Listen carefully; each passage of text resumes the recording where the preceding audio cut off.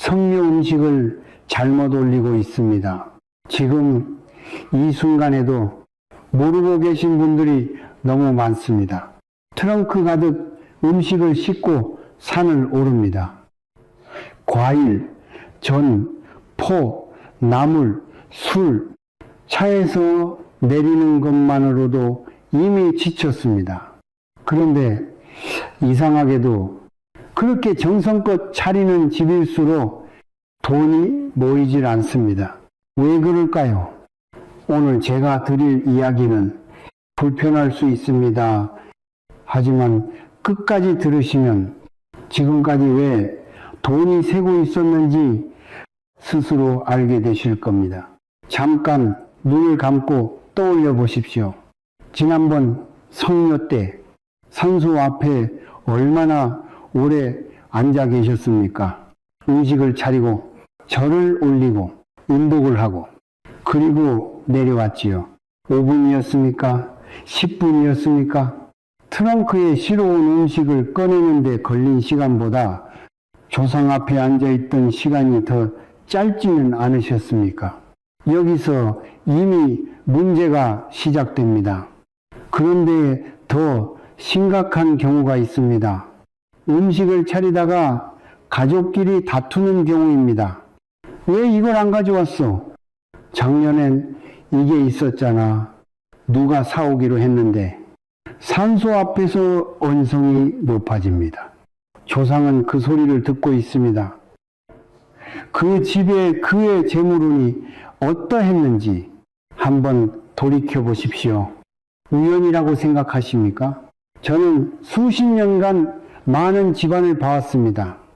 산소 앞에서 다툼이 있었던 해, 그 집안에는 반드시 손실이 있었습니다. 사업이 꺾이거나 예상치 못한 지출이 생기거나 가족 중 누군가가 아프거나 너무 많은 집에서 너무 일관되게 자, 이제 진짜 이야기를 해드리겠습니다. 스님들 사이에서 오래전부터 전해 내려오는 말이 있습니다. 조상 앞에 올린 음식의 수가 아니라 그 음식에 담긴 마음의 밀도가 자손의 기운을 결정한다. 음식이 많다고 조상이 더 기뻐하시는 게 아닙니다. 오히려 정신없이 차려놓고 마음은 이미 내려가는 길을 생각하고 있다면 그 흐트러진 기운이 그대로 자손에게 내려옵니다. 흐트러진 기운은 흐트러진 돈으로 돌아옵니다. 들어오는 듯 하다가 사라지고 모이는 듯 하다가 새어나가고 이유를 모르겠는데 항상 빠듯한 것, 혹시 지금 그런 상황이십니까? 여기서 대부분 이렇게 생각하십니다. 그래도 안 하는 것보다는 낫지 않나? 아닙니다. 형식만 남은 성녀는 기운을 전달하지 못합니다. 그것보다 더 나쁜 경우도 있습니다. 잘못된 음식을 올리면 오히려 기운이 역류합니다. 이 부분이 오늘 가장 핵심입니다. 그렇다면 무엇을 올려야 할까요? 오늘 제가 말씀드릴 것은 딱 하나입니다. 음식 하나, 화려하지 않습니다. 비싸지도 않습니다. 지금 이 순간에도 여러분 집 부엌에 있을 수 있는 것입니다. 그런데 이 음식 하나를 정성껏 올린 집안에서 신기하게도 막혔던 사업이 풀리고 오래 쌓인 빚이 정리되고 자녀의 길이 열렸다는 이야기가 반복됩니다. 그게 무엇인지는 이 영상 안에서 말씀드리겠습니다. 하지만 그 전에 왜 성묘가 재물운과 이렇게 깊이 연결되는지 그 원리부터 먼저 아셔야 합니다. 원리를 모르면 음식만 바꿔서는 소용이 없습니다. 지금 바로 이어서 말씀드리겠습니다. 많은 분들이 성묘를 의무라고 생각합니다. 해야 하니까 하는 것, 안 하면 뭔가 찜찜하니까 하는 것. 그런데 오늘 제가 드릴 이야기는 그 생각을 완전히 바꿔놓을 겁니다. 우리 몸에는 뿌리가 있습니다. 나무를 생각해 보십시오. 땅 위로 보이는 것은 줄기와 잎입니다. 하지만 그 나무를 살리는 것은 땅속 깊이 뻗어 있는 뿌리입니다. 눈에 보이지 않지만 그 뿌리가 막히면 아무리 햇볕이 좋아도 나무는 마릅니다. 사람도 마찬가지입니다. 조상의 기운이 뿌리입니다. 그 뿌리가 살아있으면 자손에게 기운이 올라옵니다. 그 뿌리가 막혀 있으면 아무리 열심히 살아도 어딘가 늘 막히고 늘 부족합니다. 옛사람들은 이것을 음덕, 염덕이라 했습니다. 보이지 않지만 분명히 작용하는 힘, 조상이 편안하면 자손이 편안하고 조상의 기운이 막혀 있으면 자손의 길도 막힌다는 것. 이것은 미신이 아닙니다. 수천 년간 동아시아 문명이 공통으로 경험하고 기록해온 이치입니다. 조선의 선비도, 중국의 학자도, 일본의 장인도 모두 같은 말을 했습니다. 조상을 기억하는 집안이 번창한다. 그런데 여기서 중요한 질문이 있습니다. 조상을 기억한다는 것이 과연 무엇을 뜻할까요? 제사를 지내는 것입니까? 성묘를 가는 것입니까? 차례상을 차리는 것입니까? 아닙니다. 형식이 아닙니다. 잠깐 현실을 한번 들여다보겠습니다. 요즘 명절이 되면 귀찮다는 분들이 많아졌습니다. 올해는 그냥 넘어갈까? 인터넷으로 제사 대행 맡기면 되지 않나? 우리 형제끼리 합의해서 안 지내기로 했어. 그 마음이 이해가 안 가는 건 아닙니다. 바쁜 세상에 산 사람 살기도 빠듯한데, 그런데 이 단절이 시작된 가정에서 공통으로 나타나는 현상이 있습니다. 돈이 들어왔다가 이유 없이 나가는 일이 반복됩니다. 가족 중 누군가가 갑자기 아프거나 다칩니다. 사업이 잘 풀리다가 어느 순간 꺾입니다. 한 집의 이야기가 아닙니다. 너무 많은 집에서 너무 일관되게 같은 패턴이 나타납니다. 우연이라고 하기엔 너무 반복됩니다. 풍수에서는 묘지를 이렇게 봅니다. 기운의 저장소, 좋은 땅에 모신 조상은 그 땅의 기운을 흡수합니다. 그리고 그 기운을 자손에게 나눠줍니다. 이것이 명당명탕의 원리입니다. 그런데 여기서 많은 분들이 오해하는 부분이 있습니다. 명당이란 것이 비싼 땅, 좋은 위치만을 뜻하는 게 아닙니다. 그 자리를 얼마나 자주, 얼마나 진심으로 찾아오느냐. 그것이 명당을 활성화시키는 열쇠입니다. 아무리 좋은 터에 모셔도 자손이 찾지 않으면 그 기운은 잠듭니다. 잠든 기운은 자손에게 흐르지 않습니다. 조상은 기억합니다. 찾아온 자손의 마음을, 올린 음식의 무게를, 절을 하면서 숙인 고개를 소리 없이 기억합니다. 그리고 그 기억은 기운으로 돌아옵니다. 이 부분에서 많은 분들이 이렇게 생각하십니다. 진심만 담으면 되는 거 아닌가요? 음식이 뭐가 그렇게 중요합니까? 틀린 말이 아닙니다. 진심이 기본입니다. 하지만 진심도 그릇이 있어야 담깁니다.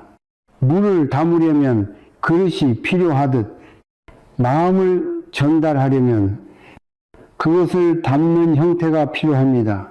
어떤 음식을 올리느냐는 그 그릇의 형태를 결정합니다. 여기서 진짜 문제가 드러납니다.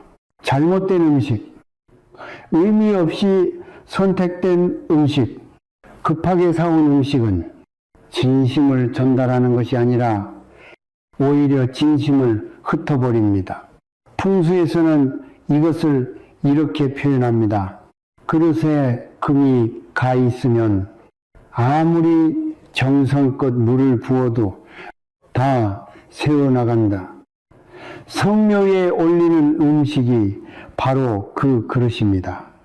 그렇다면 어떤 음식이 기운을 모으고 어떤 음식이 기운을 흩어버릴까요? 우리가 흔히 올리는 음식들, 당연하다고 생각해온 것들 중에 실제로는 기운을 막는 것들이 있습니다. 다음에서 하나씩 짚어드리겠습니다. 들으시면 아마 놀라실 겁니다. 지금부터 드리는 이야기 불편하게 들리실 수 있습니다. 하지만 이것을 모르면 아무리 성묘를 열심히 다녀도 기운은 전달되지 않습니다. 요즘 성묘를 가면 이런 광경을 봅니다. 검정 비닐봉지, 편의점 삼각김밥, 포장지가 아직 붙어있는 과자, 종이컵에 따르는 캔 음료, 산소 앞에 그것들이 모입니다. 바빠서 어쩔 수 없었어요. 압니다. 그 마음 모르는 게 아닙니다. 하지만 한 가지만 여쭤보겠습니다. 지금 살아계신 부모님이 앞에 계십니다. 오랜만에 찾아뵌 자리입니다. 그 앞에 편의점 삼각김밥을 꺼내 놓겠습니까? 아닐 겁니다. 그렇다면 조상 앞에는 왜 그것을 올립니까? 여기서 많은 분들이 이렇게 말씀하십니다. 돌아가신 분이니까 음식을 드시는 것도 아닌데 뭘 올리든 마음이 중요한 거 아닌가요? 맞습니다. 마음이 중요합니다. 그런데 생각해 보십시오. 편의점 봉지를 뜯으면서 진심이 담깁니까? 포장지를 벗기면서 감사한 마음이 올라옵니까? 음식을 준비하는 과정 자체가 이미 마음을 만드는 시간입니다.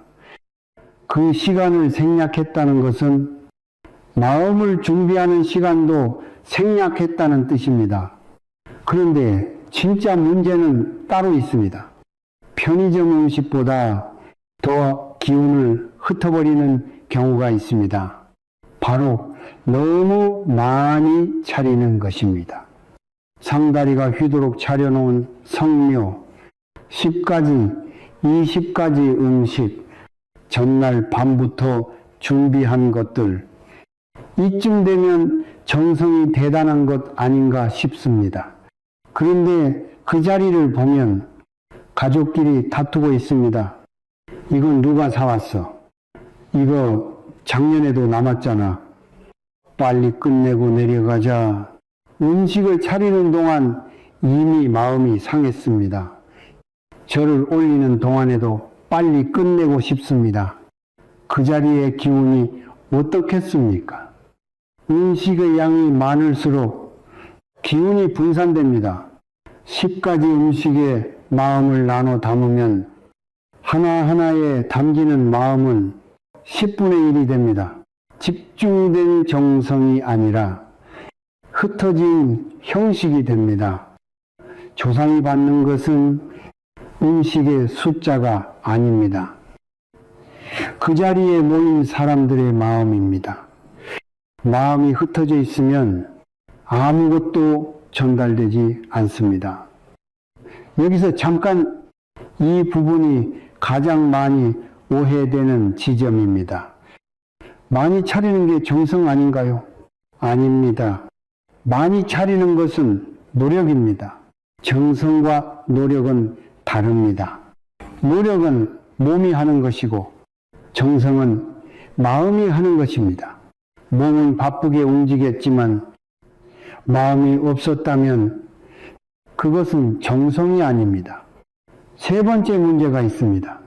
어떤 면에서는 앞에 두 가지보다 더 조용하고 더 깊이 기운을 막는 것입니다. 바로 이것입니다. 왜 올리는지 모르는 채 올리는 것. 원래 이런 거 올리는 거잖아요. 우리 집은 항상 이렇게 해왔어요. 어머니가 하시던 대로 하는 거예요. 이유를 모릅니다. 의미를 모릅니다. 그냥 해왔으니까 합니다. 전통이 형식이 되는 순간 그 음식은 기운을 전달하는 통로가 아니라 그냥 놓여있는 물건이 됩니다. 풍수에서는 이것을 사기스퇴라 합니다. 죽은 기운, 형식만 남고 의미가 빠져나간 것들이 만들어내는 기운, 사기는 좋은 기운을 밀어냅니다. 진심을 담으려 해도 사기가 가득한 자리에서는 그 진심이 스며들지 못합니다. 제가 아는 한 집안 이야기를 드리겠습니다. 대대로 잘 살던 집안이었습니다. 할아버지 때부터 사업이 탄탄했고 아버지 때도 큰 어려움 없이 살았습니다. 그런데 어느 때부터인가 흐름이 바뀌기 시작했습니다. 돈이 모이질 않았습니다. 사업이 3번 연속으로 실패했습니다. 자녀들은 취직이 되지 않았습니다. 이유를 알 수 없었습니다. 그 집을 찾아가 이런저런 이야기를 나눴습니다. 그러다 성묘 이야기가 나왔습니다. 제사는 계속 지냅니다. 그냥 귀찮지만 합니다. 귀찮지만 한다. 이 말이 모든 것을 말해줍니다. 귀찮은 마음으로 올린 음식, 빨리 끝내고 싶은 마음으로 올린 절, 의미도 모르고 차려놓은 상, 그 자리에서 전달되는 기운은 귀찮음의 기운입니다. 그 기운이 자손에게 내려옵니다. 귀찮음의 기운 위에 어떤 좋은 일이 쌓이겠습니까? 자, 지금까지 3가지를 말씀드렸습니다. 준비 없이 올리는 것, 너무 많이 흩어서 올리는 것, 의미 없이 형식으로만 올리는 것, 이 3가지가 기운을 막습니다. 이 3가지가 돈줄을 막습니다. 그렇다면 무엇을 올려야 할까요? 딱 하나, 단 하나의 음식. 화려하지 않습니다. 비싸지 않습니다. 그런데 이 음식 하나가 앞서 말씀드린 3가지 문제를 동시에 해결합니다. 그 음식이 무엇인지 지금 바로 말씀드리겠습니다. 이제 말씀드릴 때가 됐습니다. 하지만 바로 답을 드리기 전에 한 가지만 먼저 여쭤보겠습니다. 여러분이 가장 힘들었던 시절을 떠올려 보십시오. 돈도 없고 몸도 지치고 앞이 보이지 않던 그 시절, 그때 가장 먹고 싶었던 음식이 무엇이었습니까? 스테이크였습니까? 비싼 횟감이었습니까? 아닐 겁니다.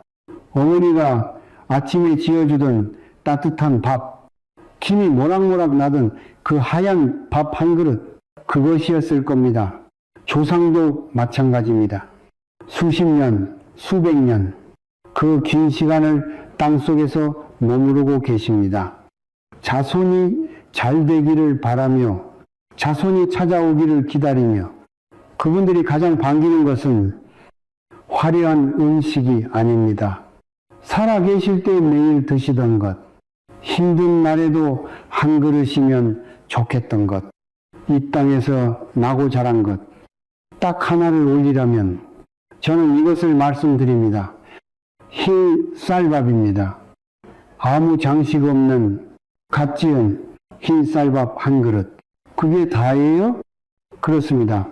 그것입니다. 실망하신 분들이 계실 겁니다. 더 특별한 것을 기대하셨을 수도 있습니다. 하지만 잠깐 제 이야기를 끝까지 들어보십시오. 이 평범해 보이는 밥 한 그릇 안에 여러분이 상상하지 못한 것들이 담겨 있습니다. 쌀을 생각해 보십시오. 한 톨의 쌀, 그것이 여기 오기까지 얼마나 많은 시간과 손길이 필요합니까? 봄에 씨를 뿌립니다. 모내기를 합니다. 여름 내내 김을 맵니다. 찻볕 아래서 허리를 굽힙니다. 가을에 거두어 드립니다. 우리 조상들이 수천 년간 반복해온 일입니다. 그 노동 안에 기도가 있었습니다. 그 기도 안에 자손을 향한 마음이 있었습니다. 한 톨의 쌀 안에 그 모든 것이 담겨 있습니다. 쌀밥은 단순한 음식이 아닙니다. 이 땅과 이 생명에 대한 감사입니다. 수천 번의 노동과 기도의 결정체입니다. 조상이 살던 시절 가장 귀하게 여기던 것입니다. 가장 가난한 시절에도 흰 쌀밥 한 그릇이면 좋겠습니다. 가장 기쁜 날에도 흰 쌀밥이 상 위에 있었습니다. 그것이 쌀밥입니다. 여기서 이 부분이 핵심입니다. 풍수에서 쌀은 금지의 기운을 담는다고 합니다. 땅에서 나온 황금, 물과 불과 흙이 합쳐져 만들어낸 결정체. 쌀 한 톨 안에 물의 기운이 있습니다. 불의 기운이 있습니다. 흙의 기운이 있습니다. 이 세 가지 기운이 하나로 합쳐진 것, 그것을 밥으로 지으면 금의 기운이 완성됩니다. 이 기운이 조상에게 전달됩니다. 조상은 그 기운을 받아 자손에게 돌려줍니다. 돌아오는 기운은 재물의 흐름으로 나타납니다. 막혔던 것이 뚫립니다. 새어나가던 것이 멈춥니다. 들어오던 것이 쌓이기 시작합니다. 그런데 여기서 대부분 놓치는 것이 있습니다. 밥을 짓는 과정 자체입니다. 생각해 보십시오. 밥 한 그릇을 짓기 위해 무엇을 해야 합니까? 아침 일찍 일어납니다. 쌀을 씻습니다. 물을 맞춥니다. 불을 뜹니다. 기다립니다. 이 기다리는 시간, 김이 올라오는 것을 보는 그 시간이 기도입니다. 특별한 주문을 외우지 않아도 됩니다. 절을 하지 않아도 됩니다. 쌀을 씻으면서 조상을 생각하는 그 마음, 물을 맞추면서 잘 되기를 바라는 그 마음, 그것이 이미 기도입니다. 그 기도가 밥 안에 스며듭니다. 그 밥이 조상 앞에 올려집니다. 그 기운이 자손에게 돌아옵니다. 편의점 즉석밥으로는 이 과정이 일어나지 않습니다. 전날 남은 밥을 데워서는 이 기운이 담기지 않습니다. 단 조건이 있습니다. 반드시 성묘 당일 아침 직접 지은 밥이어야 합니다. 이른 아침에 일어나십시오. 쌀을 직접 씻으십시오. 그리고 밥이 되는 동안 마음속으로 이 말을 하십시오. 이 한 그릇으로 감사드립니다. 저희 가족을 지켜봐 주십시오. 길지 않아도 됩니다. 이것으로 충분합니다. 한 그릇입니다. 딱 한 그릇. 하지만 그 한 그릇은 새벽에 일어나 직접 지은 밥이어야 합니다. 진심을 담아 씻은 쌀로 만든 밥이어야 합니다. 조상을 떠올리며 기다린 시간이 담긴 밥이어야 합니다. 그 한 그릇이 20가지 음식보다 깊이 전달됩니다. 음식은 알겠습니다. 그런데 그걸 올리는 방법도 따로 있습니까? 있습니다. 밥 한 그릇을 준비했어도 성묘 자체를 잘못된 방식으로 하면 그 기운이 제대로 전달되지 않습니다. 언제 가야 하는지, 올라가는 길에 무엇을 해야 하는지, 산소 앞에서 어떤 순서로 해야 하는지, 그리고 내려올 때 반드시 지켜야 할 것, 이것을 모르면 밥 한 그릇을 가져가도 절반밖에 안 됩니다. 지금 바로 이어서 말씀드리겠습니다. 밥 한 그릇을 준비했습니다. 이제 다 된 것 같습니까?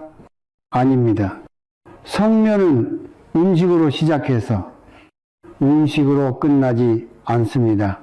어떻게 가고, 어떻게 머물고, 어떻게 돌아오느냐? 이 전체가 하나의 흐름입니다. 이 흐름이 맞아야 밥 한 그릇의 기운이 완성됩니다. 먼저 언제 가느냐입니다. 같은 산소를 찾아도 시간에 따라 받는 기운이 다릅니다. 풍수에서는 묘지의 기운이 하루 중 가장 활발하게 움직이는 시간을 오전 7시에서 9시 사이로 봅니다. 해가 막 떠오른 시간, 땅의 기운이 위로 올라오는 시간, 그 기운이 열려 있을 때 찾아가야 자손에게 전달되는 것이 깊어집니다. 늦은 오후는 피하십시오. 해가 기울기 시작하면 땅의 기운도 가라앉습니다.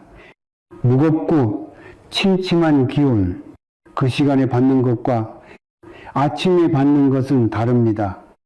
아침 일찍 가기가 쉽지 않은데요. 압니다. 하지만 생각해 보십시오. 새벽에 일어나 밥을 짓고 이른 아침에 산을 오르는 그 행동 자체가 이미 정성입니다. 그 정성이 기운을 부릅니다. 그런데 여기서 대부분 놓치는 것이 있습니다. 산을 오르기 시작하는 순간부터 이미 성면은 시작됩니다. 많은 분들이 이렇게 오릅니다. 스마트폰을 보면서 올라갑니다. 가족끼리 어제 있었던 일을 이야기합니다. 아이들은 뛰어다닙니다. 어른들은 숨을 헐떡이며 빨리 오르려 합니다. 그 마음으로 도착한 산소 앞과 조용히 그분을 생각하며 오른 산소 앞은 기운이 다릅니다. 올라가는 길에 이것을 하십시오. 스마트폰을 주머니에 넣으십시오. 잡담을 멈추십시오. 그리고 걸으면서 생각하십시오. 그분이 어떻게 사셨는지, 어떤 고생을 하셨는지, 무엇을 좋아하셨는지, 내가 지금 이 자리에 있을 수 있는 것이 그분 덕분이라는 것을, 이것이 기도입니다.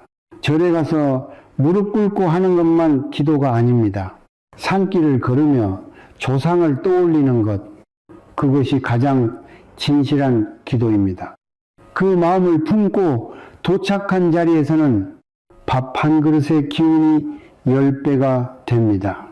자, 산소 앞에 도착했습니다.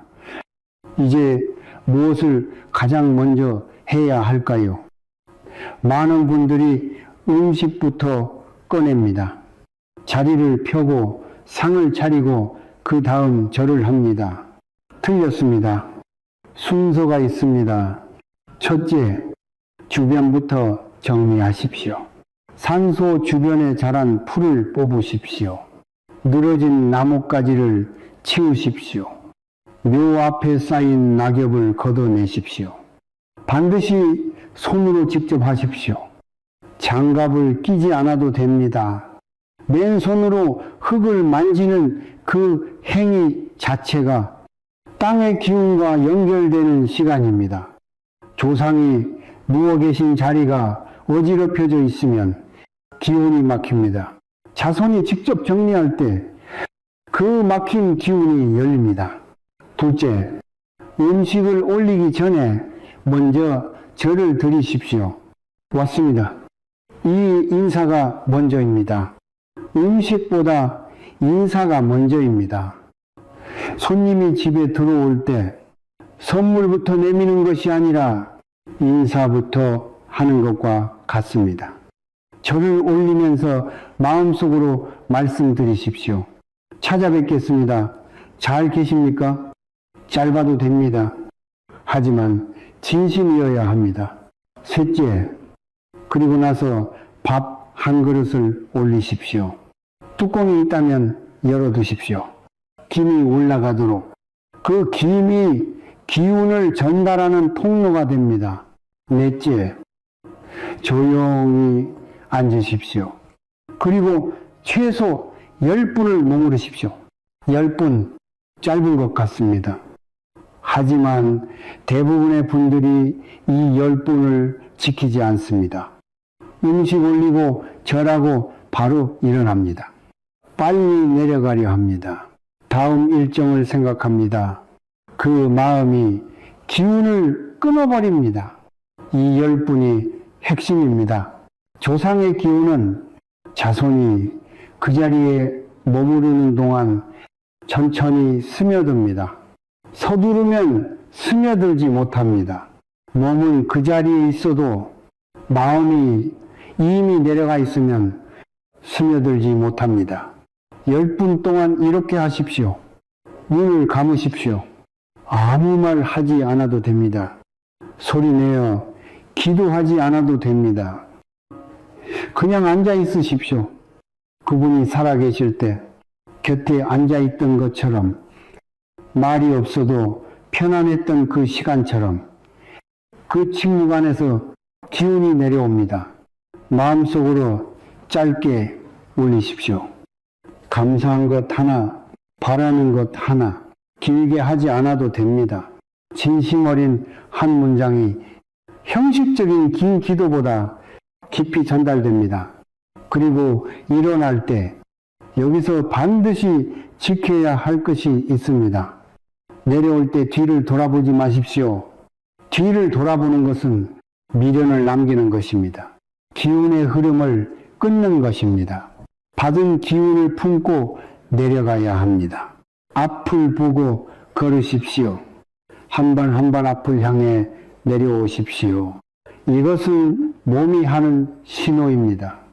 받았습니다. 이제 일상으로 돌아갑니다. 이 신호가 있어야 기운이 몸 안에 자리를 잡습니다. 정리해 드리겠습니다. 일은 아침에 출발하십시오. 올라가는 길에 조상을 생각하십시오. 도착하면 먼저 주변을 정리하십시오. 음식보다 인사가 먼저입니다. 밥 한 그릇을 올리십시오. 10분을 조용히 머무르십시오. 내려올 때 뒤를 돌아보지 마십시오. 이 흐름 전체가 하나의 기도입니다. 그런데 여기서 끝이 아닙니다. 성묘를 이렇게 잘 마치고 집으로 돌아왔습니다. 그 기운이 몸 안에 있습니다. 그런데 집에 돌아온 후 한 가지만 잘못해도 그 기운이 그날 다 사라집니다. 많은 분들이 이것을 모릅니다. 그래서 성묘를 잘 다녀와도 달라지는 것이 없다고 느끼는 겁니다. 집에 돌아온 후 무엇을 해야 하는지, 그리고 절대 하면 안 되는 것이 무엇인지 지금 바로 말씀드리겠습니다. 성묘를 마치고 산을 내려왔습니다. 몸 안에 기운이 있습니다. 아직 따뜻합니다. 아직 살아있습니다. 그런데 이 기운, 생각보다 훨씬 예민합니다. 집으로 돌아오는 차 안에서부터 이미 시작됩니다. 라디오를 크게 틀지 마십시오. 시끄러운 음악을 틀지 마십시오. 차 안에서 전화 통화를 길게 하지 마십시오. 조용히 오십시오.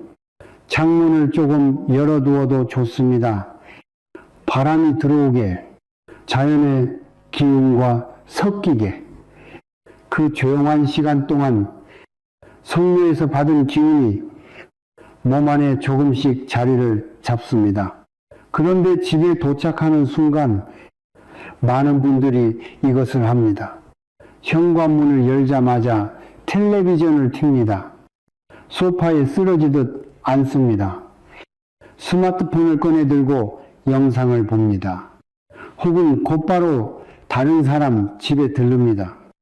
친척집, 지인집, 성묘 왔다가 들른다며 분주하게 움직입니다. 이것이 기운을 흩어버립니다. 성묘에서 받아온 기운은 아직 몸에 완전히 스며들지 않은 상태입니다. 갓 지은 밥처럼 뚜껑을 열어두면 김이 다 날아가 버립니다. 시끄러운 환경, 분주한 움직임, 낯선 공간, 이 세 가지가 그 김을 날려버립니다. 집에 돌아오면 이렇게 하십시오. 먼저 손을 씻으십시오. 천천히 꼼꼼하게 물이 손을 타고 흐르는 동안 산에서 묻어온 것들이 씻겨 내려갑니다. 몸이 일상으로 돌아오는 신호입니다.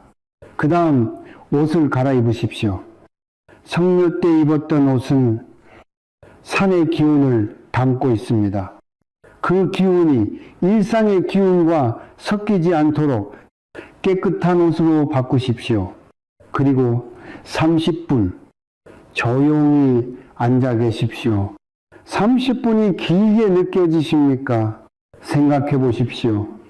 아침 일찍 일어나 밥을 짓고 산을 올라 10분을 머물렀습니다. 그 모든 시간을 들인 것이 30분의 고요함을 지키지 못해 흩어진다면 아깝지 않겠습니까? 음식도 가려야 합니다. 성묘 당일 저녁까지는 이것을 피하십시오. 기름진 것, 자극적인 것, 술, 이 고기, 성묘하고 왔으니 고기라도 먹어야지. 많이들 그렇게 하십니다. 가족이 모였으니 외식을 하고 술 한잔하고 늦게까지 이야기를 나눕니다. 그 마음은 압니다. 모처럼 모인 가족이니까요. 하지만 이날만큼은 달리 하십시오. 성묘 후 몸의 기운은 열려있는 상태입니다. 활짝 열린 창문 같습니다. 좋은 바람도 들어오지만 나쁜 것도 쉽게 들어옵니다. 이 상태에서 과식하면 몸의 기운이 전부 소화에 쓰입니다. 조상에게서 받아온 기운이 뱃속으로 가버립니다. 과음하면 더 심각합니다. 열려있던 기운의 통로가 술기운에 흐트러집니다. 이날 저녁에는 따뜻한 국물 음식이 좋습니다. 미음, 된장국, 맑은 탕, 자극이 없고 몸을 따뜻하게 감싸는 음식. 그것이 받아온 기운을 몸 안에 안착시킵니다. 그리고 반드시 피해야 할 것이 세 가지 있습니다. 이것을 모르면 성묘를 아무리 잘 다녀와도 그날 저녁에 다 날려버립니다. 첫째, 성묘 당일에는 다투지 마십시오. 조상의 기운이 집으로 따라온 날입니다. 그 기운이 아직 공중에 머물러 있습니다. 그런데 집안에 큰 소리가 납니다. 언성이 높아집니다. 감정이 격해집니다.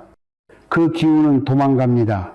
좋은 기운은 따뜻하고 고요한 곳에 머뭅니다.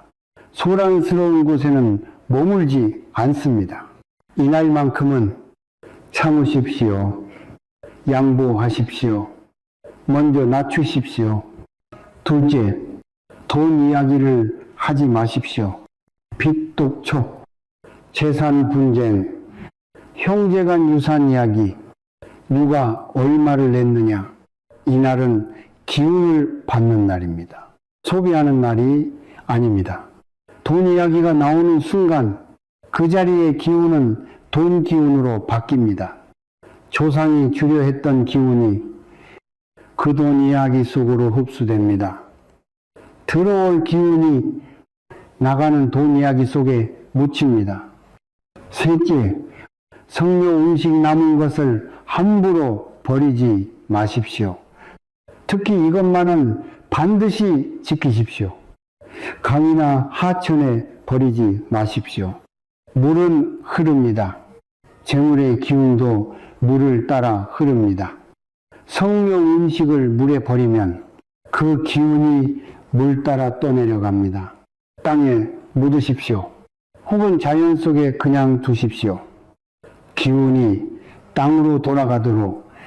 여기까지 들으셨으면 성묘 당일을 어떻게 보내야 하는지 대략 아실 겁니다. 그런데 진짜 중요한 것이 남아 있습니다. 성묘 다음날 아침입니다. 많은 분들이 모릅니다. 성묘보다 성묘 다음날 아침이 더 중요할 수 있습니다. 이날 아침 눈을 뜨고 나서 가장 먼저 하는 일이 그 해의 기운의 방향을 정합니다. 좋은 말을 하십시오. 가족의 얼굴을 보면서 잘 잤어 한마디, 고마워 한마디, 이 짧은 말이 기운의 방향을 정합니다. 그리고 이것을 하십시오. 작은 것이라도 베푸십시오. 밥 한 끼를 누군가와 나누거나 작은 돈이라도 어려운 곳에 보내거나 이웃에게 먹을 것을 건네거나, 왜냐하면 기운은 순환해야 삽니다. 받기만 하면 막힙니다. 썩습니다. 결국 사라집니다. 조상에게서 받은 기운을 세상으로 조금 내보내십시오. 그러면 그 기운이 더 크게 돌아옵니다. 강물이 흘러야 맑듯이 기운도 흘러야 맑아집니다. 성묘를 잘 다녀오고 당일을 조용히 보내고 다음날 아침 베풀었습니다. 이것으로 충분할까요? 아닙니다. 성묘를 아무리 잘해도 평소 집안에서 기운을 세게 만드는 습관들이 있으면 받아온 기운이 다 빠져나갑니다. 구멍난 그릇에 물을 아무리 부어도 채워지지 않는 것처럼 그 구멍이 무엇인지, 지금 여러분 집안에 그 구멍이 있는지 다음에서 하나씩 짚어드리겠습니다. 성묘를 잘 다녀왔습니다. 당일도 조용히 보냈습니다. 다음날 아침 베풀기도 했습니다. 그런데 돈이 여전히 모이질 않습니다. 왜일까요? 구멍이 있기 때문입니다. 아무리 좋은 기운을 받아와도 집안에 구멍이 있으면 그 기운이 다 새어나갑니다. 오늘은 그 구멍을 찾아드리겠습니다. 여러분, 집안에 지금 이 순간에도 기운이 새고 있는 곳이 있습니다. 지금 당장 현관을 떠올려 보십시오. 신발이 어떻게 놓여 있습니까? 뒤집혀 있습니까? 이리저리 흩어져 있습니까? 신발장 문이 열려 있습니까? 현관은 기운이 들어오는 입구입니다. 좋은 기운도 재물의 기운도 현관을 통해 집 안으로 들어옵니다. 그런데 그 입구가 어지럽혀져 있으면 기운이 들어오다가 멈춥니다. 뒤집힌 신발은 기운을 뒤집습니다. 흩어진 신발은 기운을 흩어버립니다. 오늘 집에 돌아가시면 현관 신발부터 정리하십시오. 방향을 맞춰 나란히 놓으십시오. 신발장 문을 닫으십시오. 이것 하나만으로도 기운의 흐름이 달라집니다. 두 번째 구멍입니다. 화장실 문입니다. 여러분 집 화장실 문 지금 열려 있습니까? 많은 집에서 화장실 문을 항상 열어둡니다. 환기가 된다고, 편하다고, 그냥 습관이라고. 풍수에서 화장실은 기운이 빠져나가는 통로입니다. 물이 내려가는 곳, 더러운 것이 나가는 곳, 그 문이 열려 있으면 집 안에 좋은 기운이 화장실을 통해 계속 빠져나갑니다. 재물의 기운도 함께 빠져나갑니다. 당장 오늘부터 화장실 문을 닫으십시오.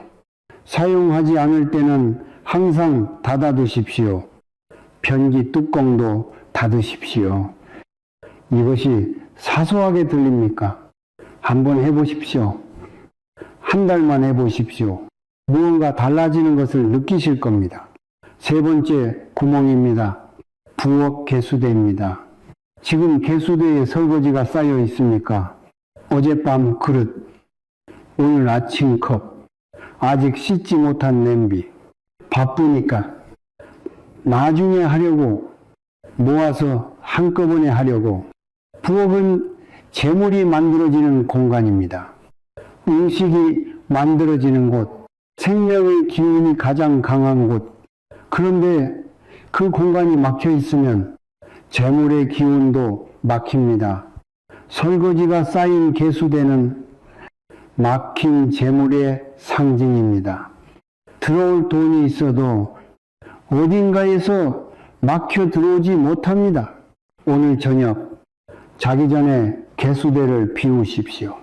그릇을 다 씻고 개수대를 깨끗이 닦고 자리에 드십시오. 다음 날 아침 빈 개수대를 보면서 하루를 시작하십시오. 그 차이를 느끼실 겁니다. 이 세 가지, 현관, 화장실, 부엌, 풍수에서 이것을 재물의 세 관문이라 합니다.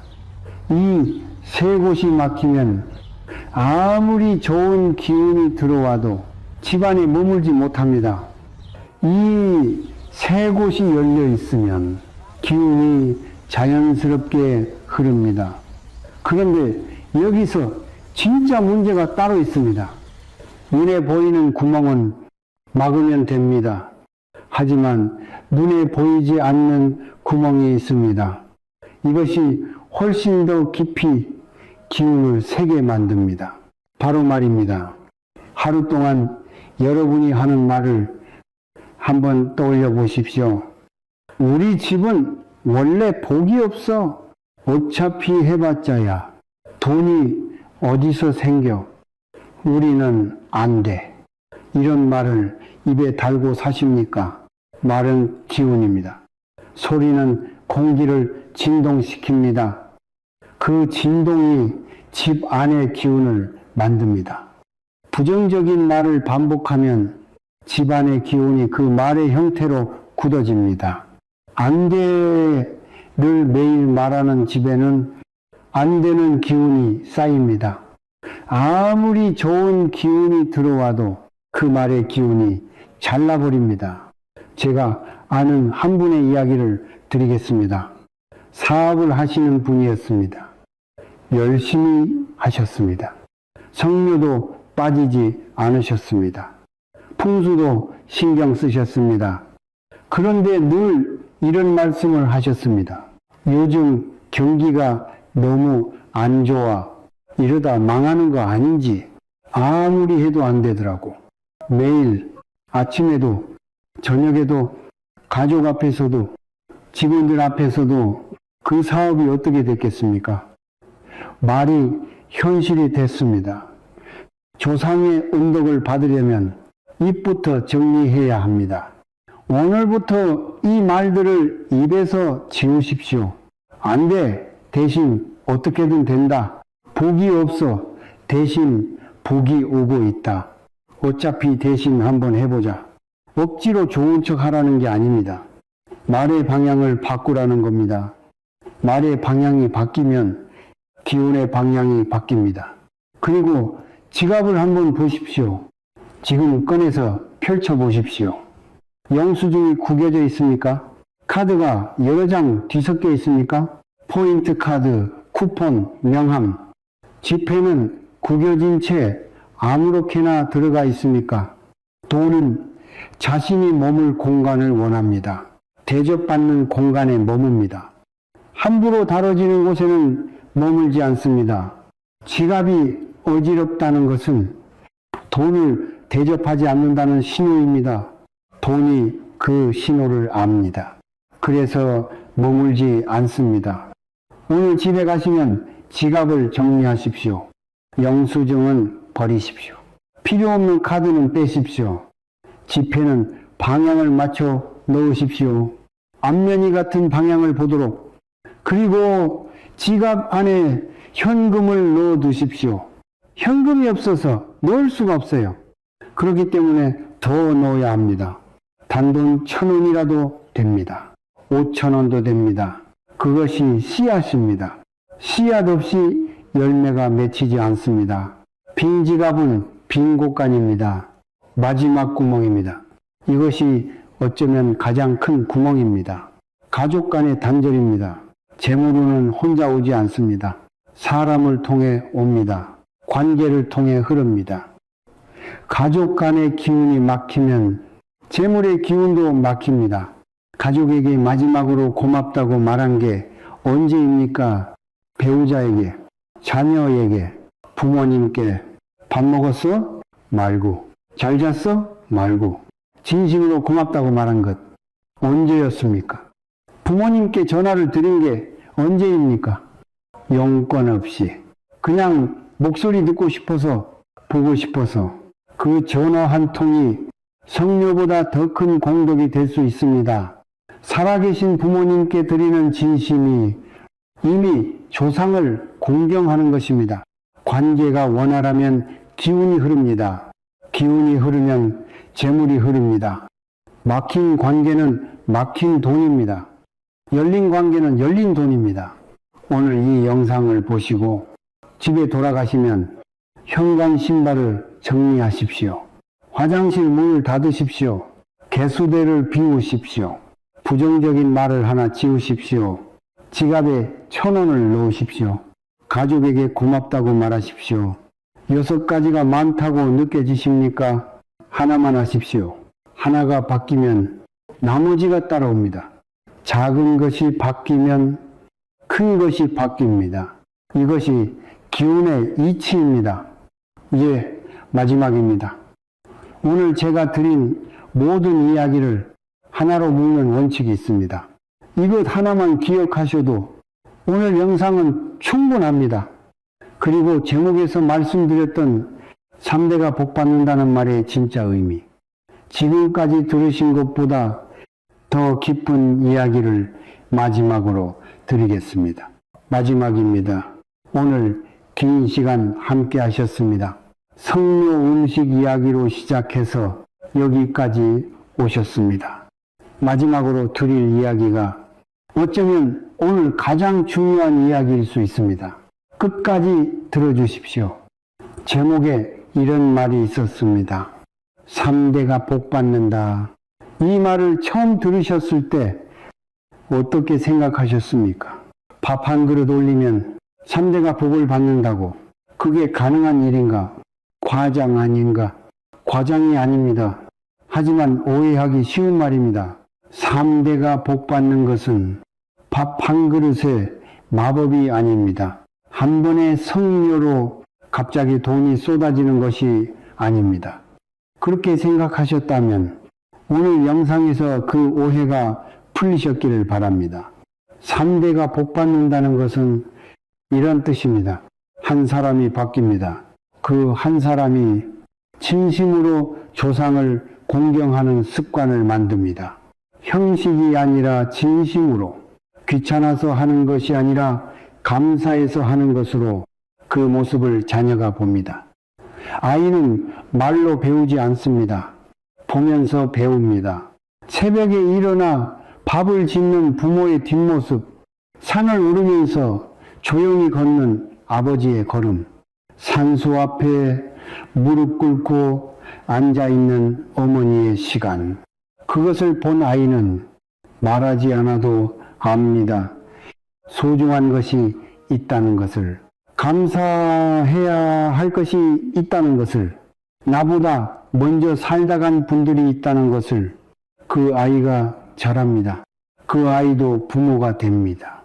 그 아이도 새벽에 일어나 밥을 짓습니다. 그 아이도 산을 오릅니다. 그것이 3대입니다. 3대가 복받는다는 것은 3대에 걸쳐 그 습관이 이어진다는 뜻입니다. 습관이 이어지면 기운이 이어집니다. 기운이 이어지면 복이 이어집니다.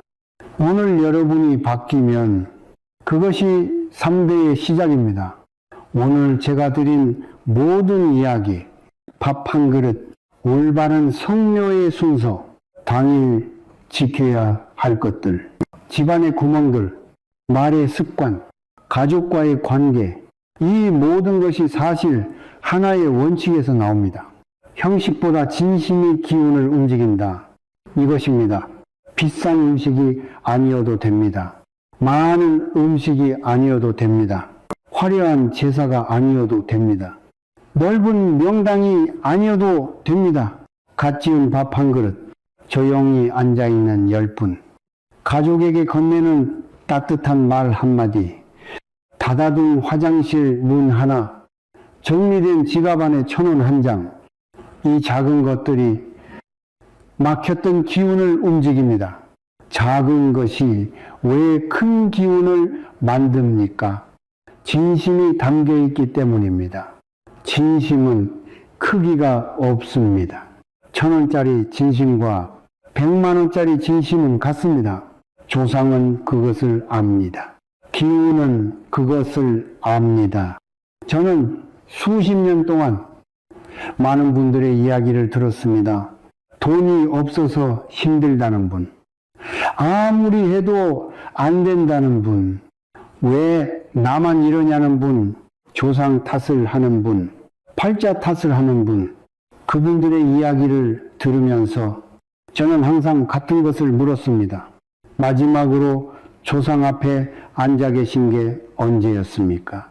대부분 기억하지 못하셨습니다. 몇 년 전 결혼할 때, 아이가 태어났을 때 그 이후로는 못 갔다. 그리고 잘 되는 집의 이야기도 들었습니다. 크게 성공한 것도 아닙니다.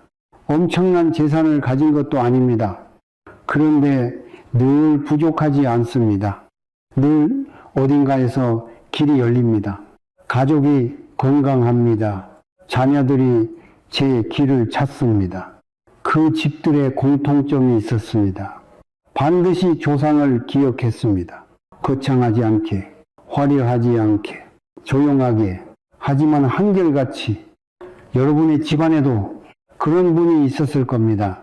새벽에 혼자 일어나 아무도 보지 않는데 밥을 짓던 분, 묵묵히 산을 오르던 아버지, 산소 앞에서 오래도록 앉아있던 어머니, 말이 없었습니다. 설명하지 않았습니다. 그냥 했습니다. 그분들이 여러분 안에 있습니다. 그 기운이 지금도 흐르고 있습니다. 끊어진 것처럼 느껴지십니까? 막힌 것처럼 느껴지십니까? 끊어진 게 아닙니다. 잠들어 있는 겁니다. 오늘 여러분이 밥 한 그릇을 짓는 순간 그 기운이 깨어납니다. 오늘 여러분이 산을 오르는 순간 그 기운이 움직입니다. 오늘 여러분이 가족에게 고맙다고 말하는 순간 그 기운이 흐르기 시작합니다.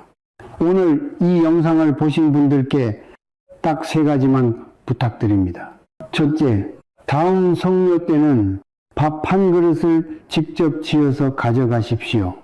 그날 아침 일찍 일어나십시오. 쌀을 씻으면서 조상을 떠올리십시오. 그것으로 충분합니다.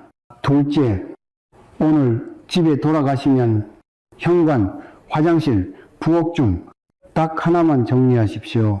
3곳 다 하려고 하지 마십시오. 하나면 됩니다. 하나가 시작이 됩니다. 셋째, 오늘 잠들기 전에 가족 중 한 명에게 고맙다, 고말하십시오. 문자도 됩니다. 전화도 됩니다.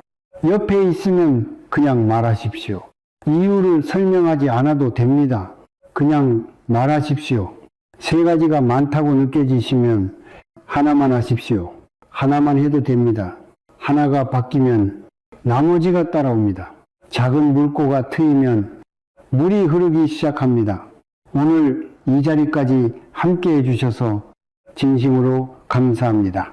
성묘 음식 이야기로 시작했지만 결국 오늘 드린 이야기는 하나였습니다. 당신이 바뀌면 된다. 조상을 탓하지 않아도 됩니다. 팔자를 탓하지 않아도 됩니다. 환경을 탓하지 않아도 됩니다. 오늘 이 영상을 보신 여러분이 밥 한 그릇을 짓는 것으로 시작하면 됩니다. 그것이 3대의 시작입니다. 이 영상이 여러분의 삶에 작은 빛이 되었으면 합니다. 가족과 함께 보셨다면 더욱 좋겠습니다. 좋아요 하나, 구독 하나가 이 이야기를 더 많은 분들께 전하는 힘이 됩니다. 다음 영상에서 또 뵙겠습니다. 건강하십시오.